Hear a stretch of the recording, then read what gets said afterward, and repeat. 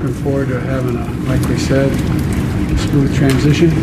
Do everything we can to make sure you're accommodated, what you need. And we're going to get a chance to talk about some of that today. So, good. Welcome Thank you back. very much, and thank you very much. And politics is tough, and it's in many cases not a very nice world, but it is a nice world today, and I appreciate very much a transition that's so smooth. It'll be as smooth as it can get, and I very much appreciate that, Jim. You're welcome.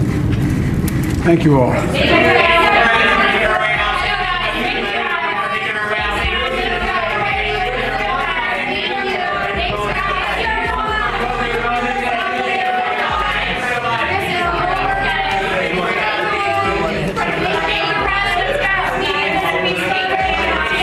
The only garbage I see floating out there is just supporters. What, in your view, constitutes the primary threat to freedom and democracy at home?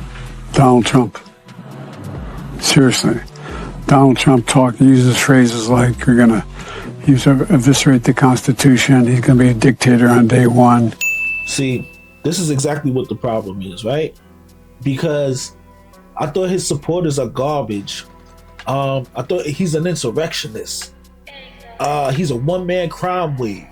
They told us he's a loser. He's unhinged. He's a toxic person. He's the biggest threat to U.S. democracy. These are the words that were used by President Joe Biden leading up to this election. And when you look at how now he's sitting across from Trump and they all chummy and smiling all in his face, and he's best of friends with him. This is the problem that so many of us are having with politics nowadays, because it's just so divisive and harmful. And it's like these characterizations and demonizations of people and making them seem like they're the worst thing ever. And if they get elected into office, it's going to ruin your family, right? Because despite all of these negative portrayals that they put on Trump in both ways. This is not a pro-Trump video at all, but the way that they speak about Trump, the way that Trump speaks about Biden. Now you take all of that, the way people perceive it and receive it, their supporters, and now they beefing with each other and they got issues with their own family. It's so divisive. It's so divisive because now there's people who don't even want to have co-workers as friends anymore because they have different political views. There's people who don't even speak to family members anymore because they have different political views. But then when y'all link up, it's all smiles and daps and hugs and like, what are we doing? What are we doing? Why are we selling it to the American public in such a negative portrayal, in such a negative way? Like, oh, it's so much at stake, so much on the line. That's the only way y'all can motivate people, is by telling somebody that this person is just going to ruin their life if they get elected. That's what the political game has come to be.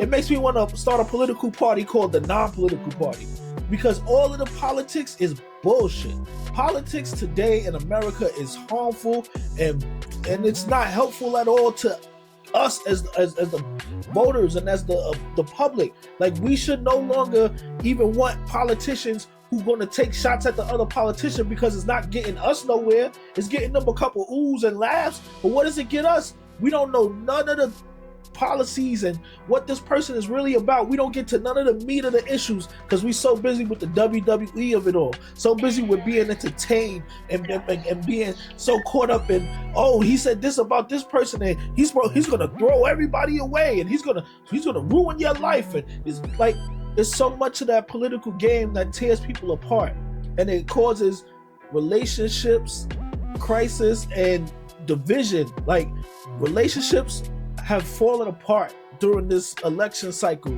because there's people who say vote differently from your husband, and I can't believe my wife is a Kamala supporter, or my husband is a Trump supporter, or vice versa. Like, you know how much of that we've seen in the news in this election cycle? We've seen people crying, people setting themselves on fire, all because they're believing of what? The media hype, right? They're believing the narratives, and they're buying in to the understanding that, oh, this person is here to make the world a worse place. It's not true.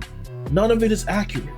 And that's what the problem is with the temperature in politics today.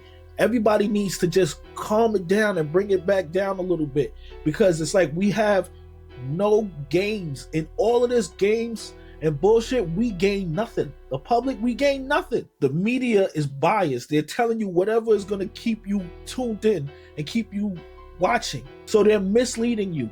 And it's leading to conflicts between real people in the real world, and in real life, we're not winning. None of us have won in this election cycle, because there's still people who are so divided and so far aside on issues, they don't even want to sit in that same room the way Trump and Biden is doing. Talk about a peaceful transition to power. Joe Biden got the biggest grin in the world on his face. All of it. It's like behind the scenes, politics is really like the Wizard of Oz. It's a bunch of grand presentations, and it just doesn't reflect reality when you look behind the curtain. So now, when you start seeing these things and you understand exactly how the game is played, it's very hard to respect politicians who do these unfair tactics to motivate voters by hyping us up with the bullshit and selling us the game. It's food for thought, man. Y'all do the dishes. Subscribe for more. Till then, I'm gone.